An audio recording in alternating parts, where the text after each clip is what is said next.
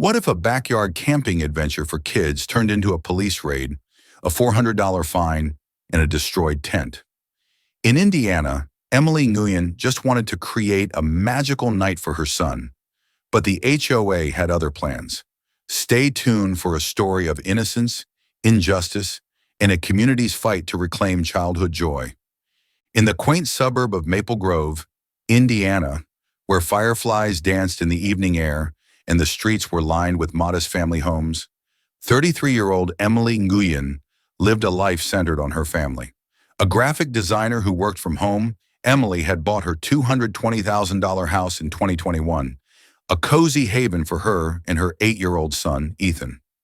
Ethan was a curious boy with a vivid imagination, always begging to go camping after hearing stories of starry nights and marshmallow roasts from his friends. On the warm evening of July 12, 2025, Emily decided to surprise him with a backyard camping adventure.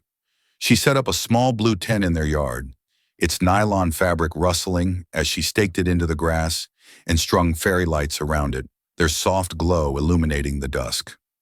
Ethan's eyes lit up with excitement as he ran out of the house, his sneakers pattering on the deck, shouting, "Mom, this is so cool!" The sound of his laughter mingled with the chirping of crickets, creating a perfect summer evening symphony. Maple Grove was governed by a strict homeowners association led by 58-year-old President Margaret Ellis, a retired school principal who enforced rules with unwavering precision. Margaret viewed the neighborhood as a model of order.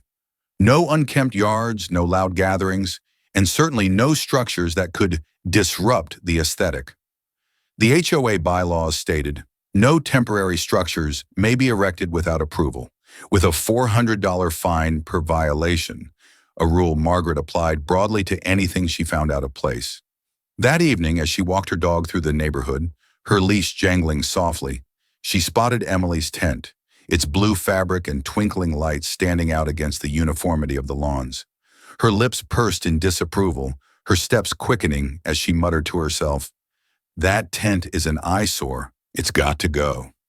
At 8:30 p.m., just as Emily and Ethan settled into the tent for a bedtime story, the distant wail of police sirens broke the evening calm. Emily's heart skipped a beat, her book slipping from her hands onto the sleeping bag. As she unzipped the tent flap, the zipper hissing softly. A police cruiser rolled into the cul-de-sac, its tires crunching on the pavement, red and blue lights casting flickering shadows across the yard. Ethan clung to her side, his voice trembling as he whispered, "Mom, what's happening?" Two officers stepped out, their boots thudding against the ground. The lead officer, 35-year-old Sarah Mitchell, adjusting her cap as she approached. "Ma'am, we've had a complaint about an unapproved structure," Officer Mitchell said, her voice calm but firm, cutting through the chirping crickets. Emily's brow furrowed, her hands resting on Ethan's shoulders as she stepped out of the tent. "A complaint? It's just a tent for my son to play in," she said, her voice rising with confusion, the words carrying across the quiet yard. Margaret, who had followed on foot, her dog barking softly at her side, stepped forward with a stern expression, clutching a fine notice in her hand. "This tent violates HOA rules," she declared, her tone sharp and unyielding. "That's a $400 fine, payable now, or we'll have it removed." Emily's jaw dropped, her voice shaking as she gestured to the tent. "It's on my property, and it's temporary. You can't do this," she protested, her words overlapping with the sound of Margaret tearing the fine notice from her pad, the paper ripping with a harsh sound. But Officer Mitchell, known in Maple Grove for her fairness, raised a hand to stop Margaret, her radio crackling as she spoke into it, her voice steady. "Dispatch, confirm. This is private property, no ordinance violation here," she said, the static-filled response confirming Emily's stance.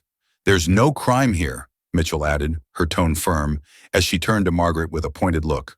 But Margaret was undeterred, her eyes narrowing as she thrust the fine notice into Emily's hands, the paper crinkling sharply.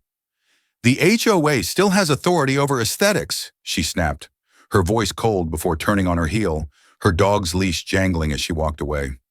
Officer Mitchell sighed, her boots scuffing the grass as she returned to her cruiser, the engine rumbling as she drove off, leaving Emily standing in her yard, the fine notice trembling in her hands. Ethan's quiet sniffles breaking the silence. The situation escalated quickly. Margaret returned 30 minutes later with an HOA inspector, their flashlight beams cutting through the darkness as they approached the tent.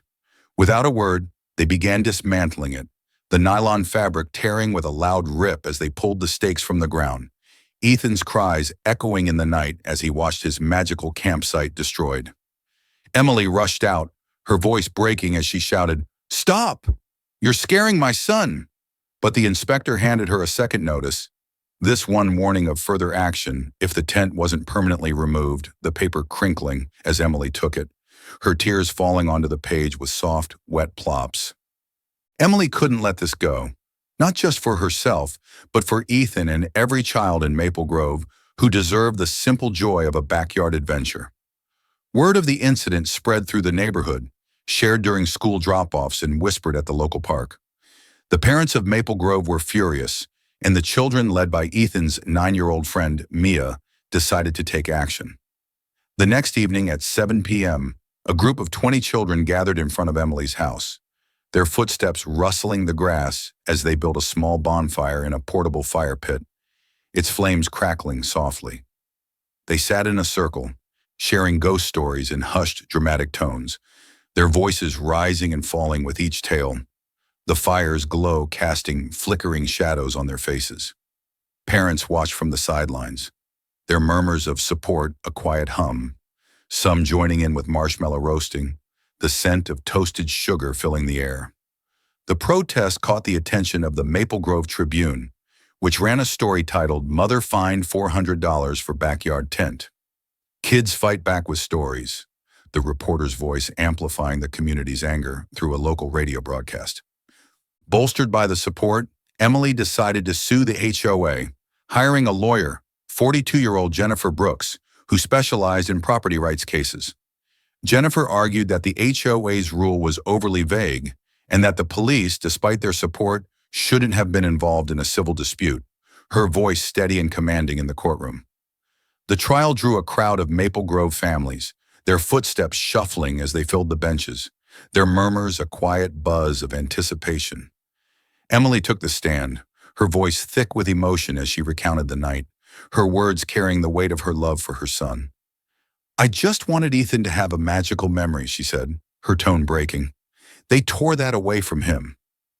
Jennifer presented legal precedents protecting private property rights, her arguments sharp and compelling, the rustle of documents loud as she handed them to the judge.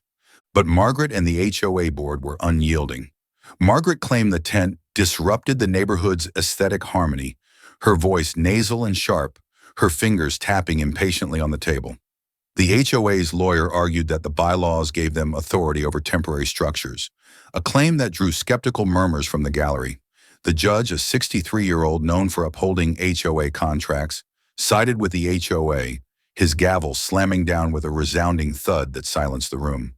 "The bylaws prioritize community standards," he declared, his voice booming, the echo lingering. Emily was ordered to pay the $400 fine, plus $3,000 in HOA legal fees. The verdict a devastating blow that left her staring at the floor, her shoulders slumped in defeat. The aftermath was bleak. The HOA, emboldened by the ruling, banned all backyard camping in the neighborhood, announcing the new rule at the next meeting, Margaret's voice echoing through the community center's speakers with a new fine of $600 for violations. Emily, financially strained, had to cut back on Ethan's extracurricular activities, the sound of his disappointed sighs a constant reminder of the cost. Maple Grove, once a place of childhood wonder, became a battleground, with families fearing the HOA's unchecked power. Emily never set up another tent, the backyard now a silent reminder of that magical evening, the fairy lights packed away in a box, their glow extinguished. And so, a night of childhood wonder became a battle for justice in Maple Grove, Indiana. Was Emily wrong to create a camping memory for her son, or did the HOA go too far with their rules? What do you think? Should a child's backyard adventure be banned for the sake of aesthetics? Share your thoughts and join us next time for another tale of HOA madness. Until then, keep fighting for what's right. Thank you for listening.